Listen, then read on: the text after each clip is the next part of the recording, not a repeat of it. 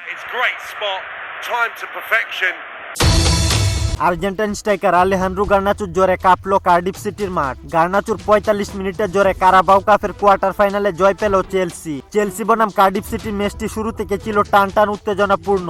Carabao cup quarter ফাইনালের এই ম্যাচের প্রথমার্ধ থেকে দুই দল আক্রমণাত্মক ফুটবল খেললেও গোলের দেখা পায়নি কে। গোরের মাঠে কার্ডিফ সিটি চেলসিকে বেশ চাপে রেখেছিল।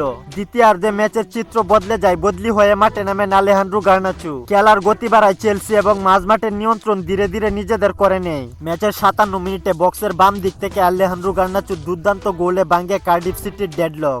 ১-০ গোলে এগিয়ে যায় চেলসি। গোল হজমের পরও আক্রমণাত্মক হয়ে ওঠে কার্ডিফ। ম্যাচের ৭৫ মিনিটে ডেভিড ট্রানবুলের গোলে সমতায় ফেরে স্বাগতিকরা।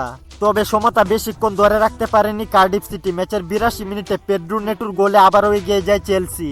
ম্যাচের যোগ করা সময়ে গতিময় এক আক্রমণ থেকে অসাধারণ এক ফিনিশে নিজের দ্বিতীয় গোল করে জয় নিশ্চিত করেন গার্নাচো।